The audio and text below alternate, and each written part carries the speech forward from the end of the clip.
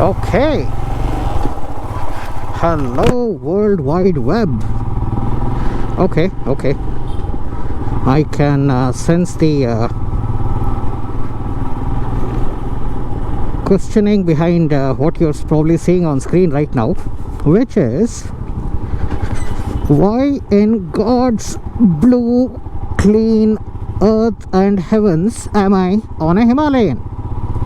On a Himalayan, as the Western reviewers would say. Okay, so let me explain. I have rented this bike for about a week, starting this Monday, and this goes back to the rental agency, which is Royal Brothers, in a couple of days, which is the coming Monday. So the reason behind renting it is I have been seriously contemplating getting a Himalayan, and the reason for that is, when I assess my motorcycling needs and aspirations over the times to come, I often find that I am found wanting when it comes to having a bit of an off-road capability in my motorcycling arsenal, so to speak. So I have been considering various motorcycles. X-Pulse was somewhere sort of on and off in the decision process. A Himalayan was always on.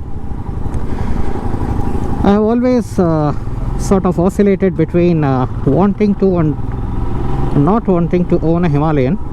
So in order to put all doubts and confusions and conflicts to rest, I decided the best way to achieve that would be to get a Himalayan for about a week, feel it out in all sorts of riding conditions, and then decide what the decision should be. So I went to Royal Brothers website and selected a BS6 Himalayan for this purpose, and lo and behold, when the guy actually came to drop off the bike to my place, I was pleasantly surprised to see that they have actually bought the 2021 Himalayan with about 650 kilometers on the clock. So that was quite a happy surprise. So for all intents and purposes, this is a brand new bike. This is literally a showroom condition bike, what I have. And over the last 4 days or so, I've been pretty much riding it within the city. I have taken my wife to a couple of errands and been here, been there. I have gotten a fair feel of the bike's capabilities, well, at least as much as one can in the time frame that I've had this. So what are my first initial early thoughts on owning and living with the bike? Well, it's a super what is my one line summary? It's the Swiss knife of motorcycles. I think that would be my first one line summary. This is probably the perfect all-rounder that anyone can hope for. This can perfectly handle the city. There is a little bit of engine heat. I'll come to that subsequently. The riding ergonomics is perfect.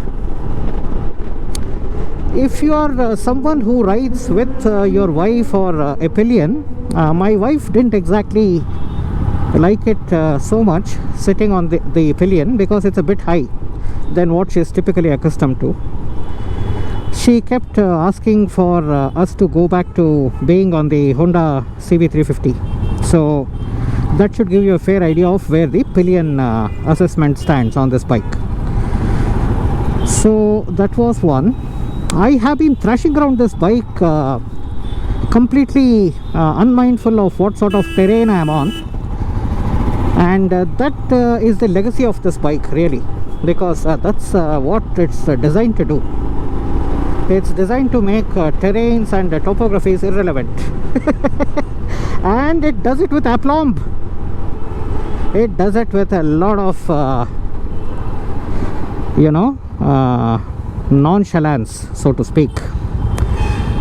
Absolutely flies over things. I can't feel any undulations on the road, speed bumps, potholes, all of that. I just glide over all of it. So that's the first thought. Now this windscreen is supposed to be a redesign from the earlier windscreen. They have certainly made it a bit broader at the bottom, and it sort of tapers itself towards the top. I had initial apprehensions that the windscreen will actually get in the way of having a perfect view of the road, because typically I don't like I like things in front of me to be as minimalistic as possible, which means I don't like a lot of visual clutter or the dashboard clutter or anything of that sort. And interestingly, I don't find this windscreen to be much of a hassle. Of course, the smoked tinted finish that I've actually gone in for as a part of the 2021 refresh or redesign or update makes things, I would have ideally preferred the clear or the clean windscreen of the 2020 up to 2020, what they used to have. Not really a fan of the smoke finish, but thankfully it is not too obstructive. And although I have not ridden this in the night, I have my own apprehension that in the night time the smoke finish will sort of obstruct my view of the road, being night and darkness and everything. So yeah, that's on the windscreen. But having said that, if I ever get this bike and I'm inching closer and closer to actually making the decision to get this bike, I will actually remove this windscreen for some time to give it a bit of a clean scrambler-esque look. And I'm also planning to get rid of the beak in the front, so that I'll get that supreme minimalist look that I always like in most things, actually, including bikes. So that is something that will happen. I will try it out and see how I like the look and feel of that sort of a combination.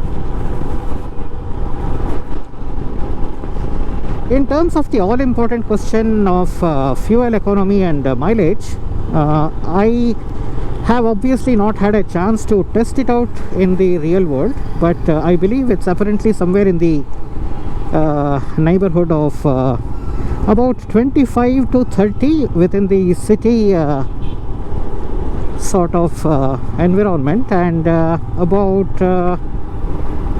35-ish if you're on the highway and you are sticking to sort of sub 80, sub 90 sort of speeds. That's supposed to be where the bike sort of performs at its best, the so-called sweet zone. So that's a little bit on the mileage capabilities and the fuel economy capabilities. And of course, your particular use case and your style of riding, needless to say, all of that will have a bearing on what you actually manage to eke out of the bike.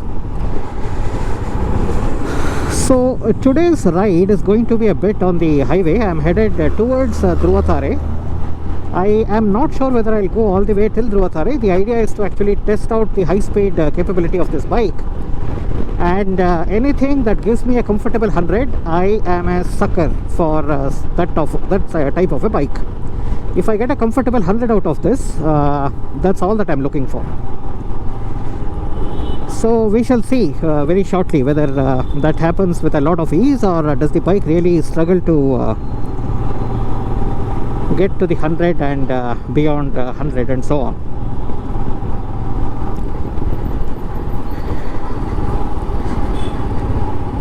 Coming to the other things that they have seemingly changed on the bike, so this engine cage or this bracket, these two things here, that has also undergone a change. So previously this here, they have actually tucked it in towards the front so that it can accommodate the legs of taller riders, whereas previously it used to clash about here.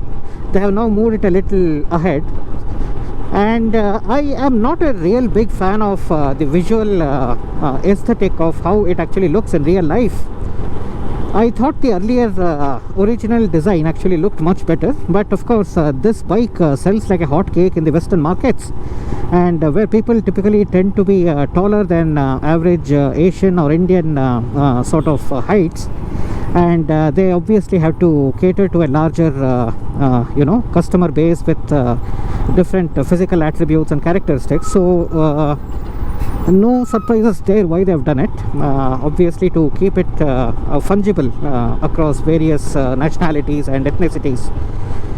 And the best part about having this cage is, of course, it's going to protect the tank if the bike ever takes a spill, but there are very good luggage carrying options which can be mounted on these things. So you have offerings from Viaterra, you have the trail pack, it's called the trail pack. You have offerings from Invictus Gears, which is even more heavy duty and very well done, with a lot of pockets and nooks and crannies to stuff in various things of different shapes and sizes and functionalities and utilities. So I am really quite excited to have that proposition here on the either side of the cage, so that it really obviates the need for me to put a tank bag in the front. I can pretty much stuff all the things which I want quite accessible to me. Stuff such as mobile phones, wallets, sunglasses, cameras, wires, chargers, all that sort of a thing can comfortably go, and even a water bottle, food to eat, snacks, everything can actually go in those two bags. So that's one thing which I find very exciting about this bike. So that was another thing which I had in mind that I should call out during the review. Now, right now, for example, I am at a speed just below 60, and the bike is purring along like a satisfied kitten that just had a beautiful meal comprising of milk and fish and whatnot. So the bike is doing extremely well. That's the whole intent of why this bike is actually made. It is for you to enjoy the ride rather than being in a hurry to really reach a destination. And ultimately, if that's not what motorcycling is all about, I don't know what is.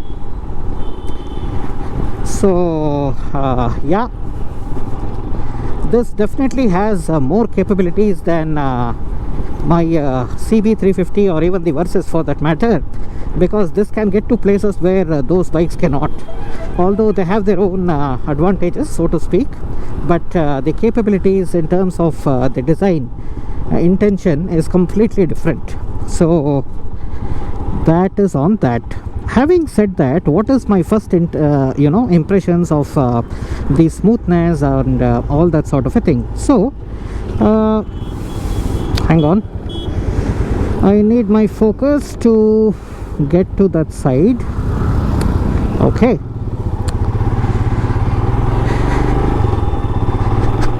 so even though this is a new bike, I can feel all those typical Royal Enfield weird sounds from weird places, sort of a thing.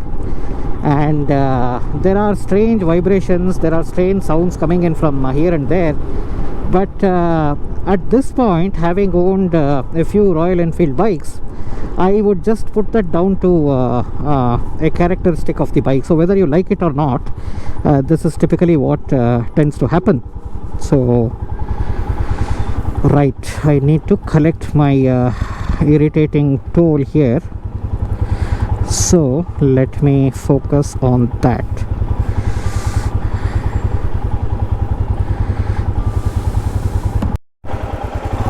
Right, so we were talking about all the design changes which have been done on this bike, and the other thing is this so-called tripper module. Not a big fan of this. Looks very hurriedly sort of stuffed in there. with no proper forethought or design considerations. As you can see, if it were me designing the redesigning the dash console, I would have completely redesigned the whole thing so that this seamlessly becomes part of the main unit. But obviously that's not what has happened here, and this looks like a hurried afterthought rather than something intentional. I don't find it of much use. I'm never going to use it anyway, and I'm always going to stick to my mobile phone for the purposes of navigation. So that is another thing which I wanted to bring out. Having said that, I have actually put in a deposit of about 10,000 rupees, the booking amount for this bike, and there is a 4-month waiting period currently in Bangalore. So that is what has happened, and I'm ideally not in favor of buying this bike brand new from the showroom. I'd much rather buy the 2020 BS6 Himalayan, which I'm looking for in the marketplace. And if that happens, I will end up buying it, and I will just cancel my deposit and take the money back. Okay, so now we are on the highway, and I wanted to do the speed run. So as you can see, it is cruising along at about 80 at the moment. I want to push it to 100 and see how the bike behaves. So it's quite windy, but hopefully the camera is doing a good job in picking up my voice. Yeah, 100 is not a problem for this bike. Yeah, so that's 100. Definitely not a problem for this bike.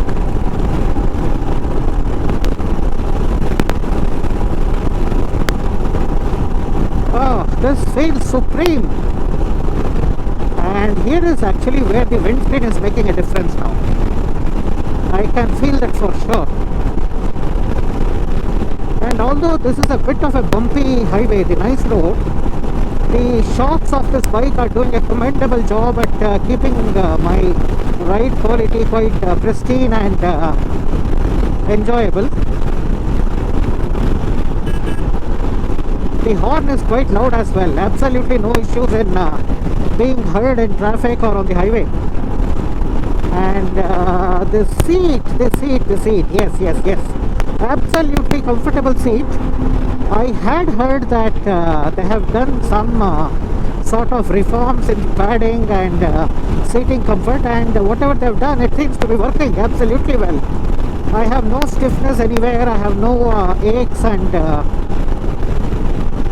reasons to complain about. At least so far, it's going absolutely well.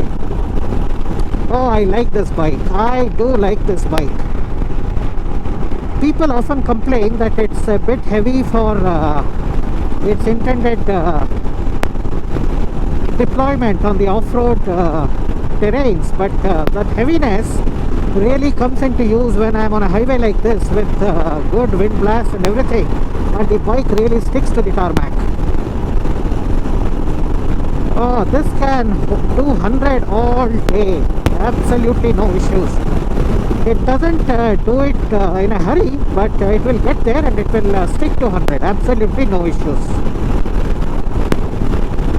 I am really surprised how far Royal Enfields have actually come in terms of engine refinement. As a few of you may know, there are very strong rumors floating around in the community that the 650 Himalayan has commenced development under a top secret development and testing facility in the UK, which Royal Enfield owns, and I think that could probably be true because there is never really too much smoke without fire. Having said that, I would still probably prefer to own this bike because the parallel twin will get even more heavier, it will get even more complex, your fuel economy will drop. I much prefer the simplicity of owning this single cylinder 411cc bike, and that seems to be the common theme that I have seen even in a few videos coming from the west. So that is that. Oh, I am surprised how well this bike is actually doing at these speeds. Let me try and take it to 110. Hang on.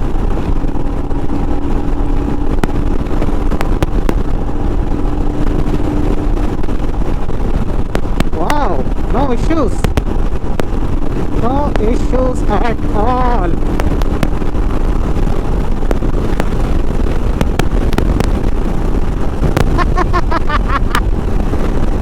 What a fucking tractor this is.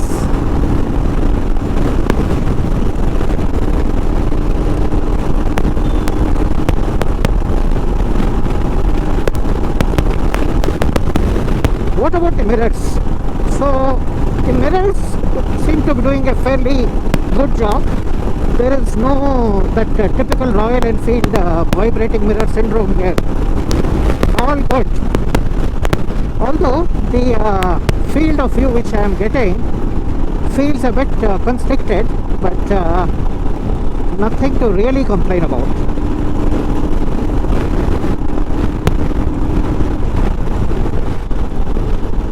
The intention today is to get into a bit of off-road as well. I want to really see how it performs on a bit of a muddy trail or gravel if we happen to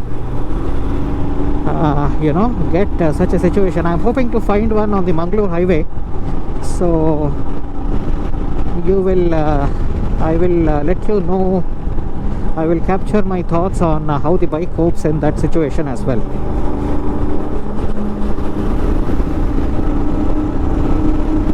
The acceleration is not exactly something that will excite anybody, but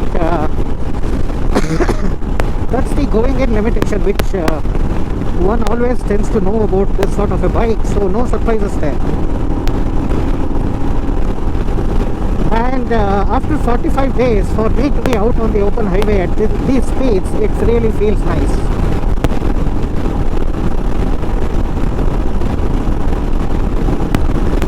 I can comfortably tour on this. Just throw a bag on the rear pillion seat, probably get a couple of Royal Enfield panniers and just go. Obviously the tires are mounted on a spoked rim and that has concerns on puncture and so on, and definitely it is worth getting some sort of a tire slide like Formula X or something, so that there is not too much of inconvenience if and when a puncture happens. I am quite surprised at how quick this bike is. Ooh.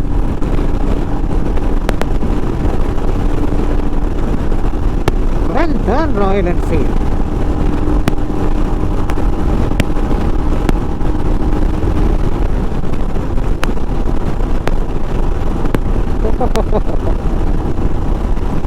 This is all the bike that one needs, really.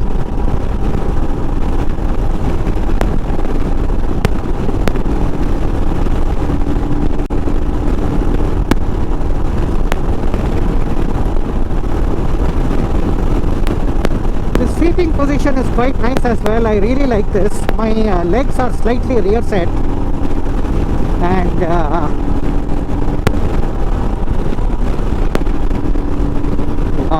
wow, I am in love.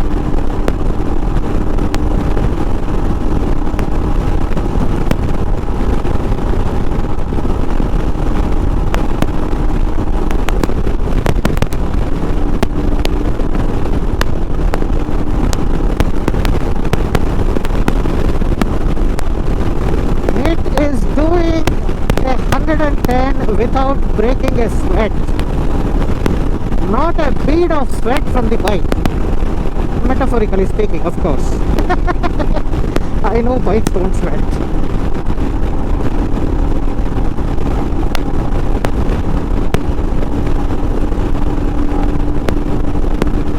The sound is quite nice as well. Quite like the sound.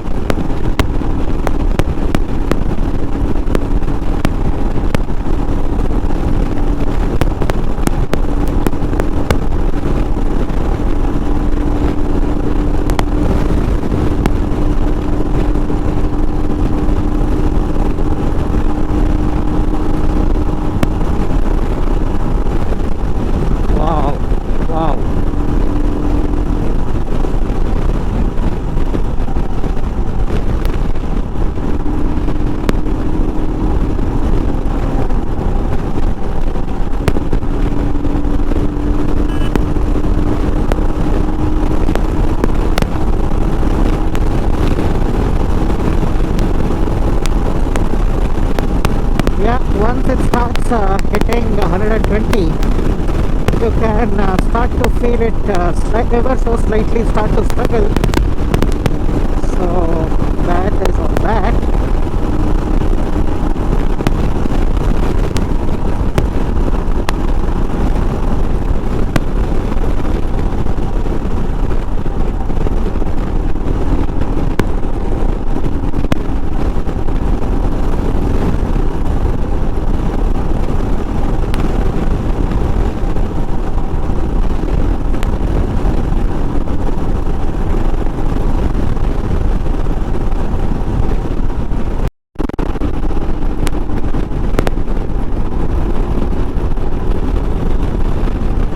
Okay, I'm cruising on the NH75 Mangalore highway. The bike is still continuing to perform solid. The other couple of things which I have been noticing is the famous Royal Enfield lower end torque. What does that translate to in real world usage, in old money? It translates to much fewer gear shifts, an ability to cruise in the fifth gear at speeds from anything at about, hang on, I will show you. So I'm in the fifth gear, I'm allowing the speed to drop, the speed to drop, the speed to drop.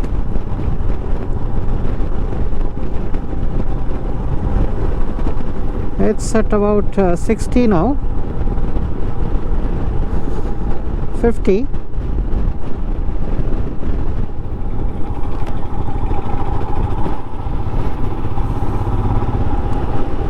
It can comfortably do 40 in the fourth gear.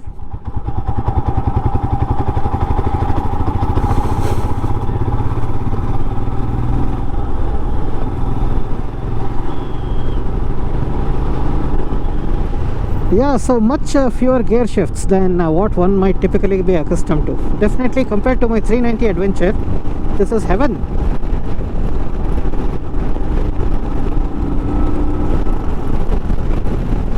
It's definitely going to need some sort of bark busters or some similar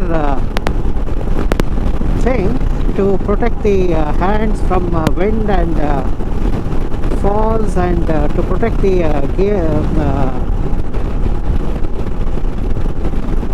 the clutch lever and the brake levers from braking if ever there is a spill. So all those things will be needed.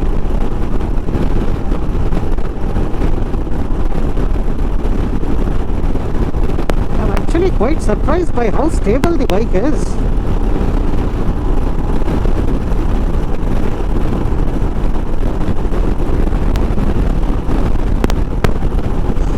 It very easily does. I'm really surprised at this as well.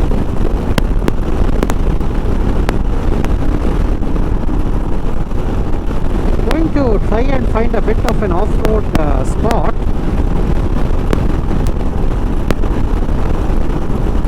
There are plenty on this highway, so I hope I come across one soon.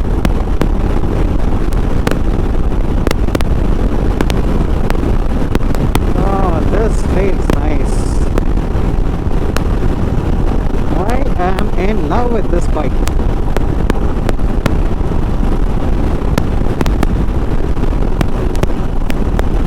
The seat, I am seriously not kidding. The seat is a work of art.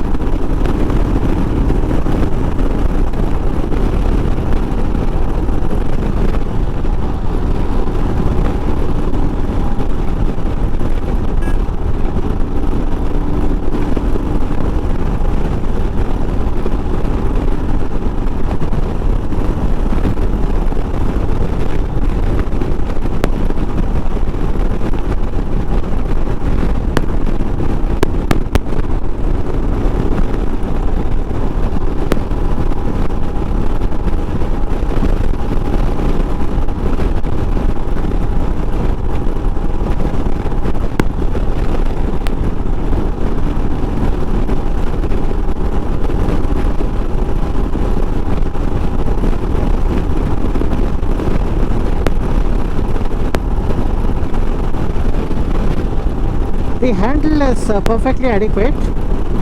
There is no need to change this to any sort of a anti-vibration or a touring handlebar. This is perfectly adequate for what it is. I sense no abnormal vibrations. I don't feel it's too wide. I don't feel it's too narrow.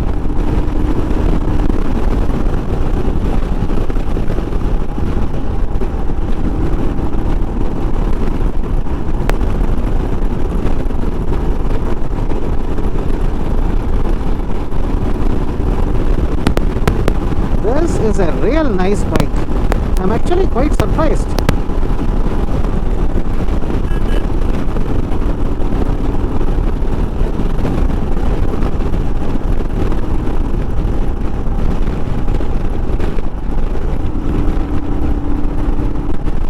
What about emergency braking?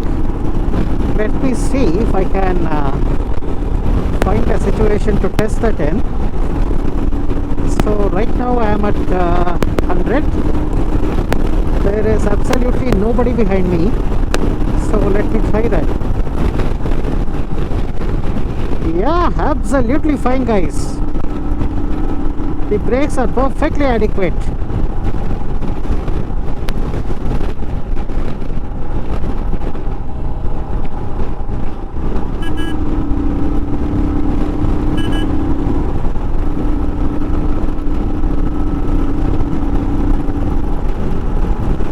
Yeah, the pickup definitely is an area where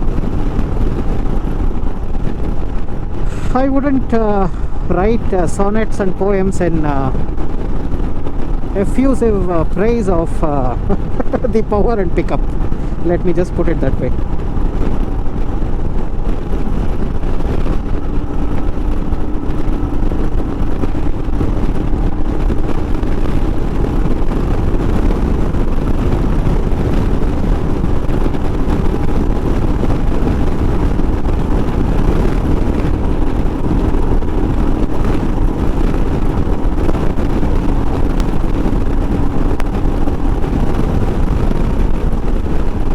This is an all-day 100 bike, beyond a shadow of doubt at this point.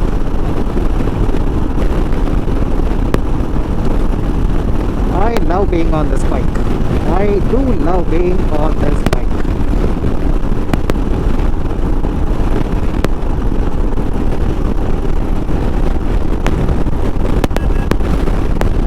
Okay, so coming back to plans of owning this bike and all of that. So unfortunately, if it ultimately comes down to the fact that I do end up buying this bike, it will be quits for the CB350, unfortunately, because I have a 2 motorcycle policy. I do like my Versys quite a bit, so that's not going anywhere, which unfortunately means the CB350, much against my wishes, will have to go. And it's a beautiful bike. I love it so much, but I really cannot break my 2 motorcycle policy. So that's going to be one very unfortunate outcome if I ever do end up deciding to buy this bike. But in terms of sheer capability and the options which I get, this bike is leagues ahead of what the CB350 can do. Although in terms of overall refinement and feel, the CB350 will eat this bike for breakfast, lunch and dinner.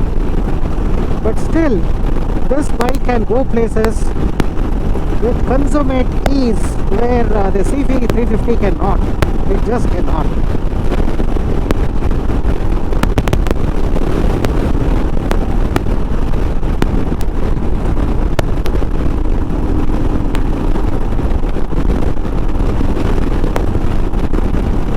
You don't need anything more than this bike for touring in Indian roads. I seriously feel.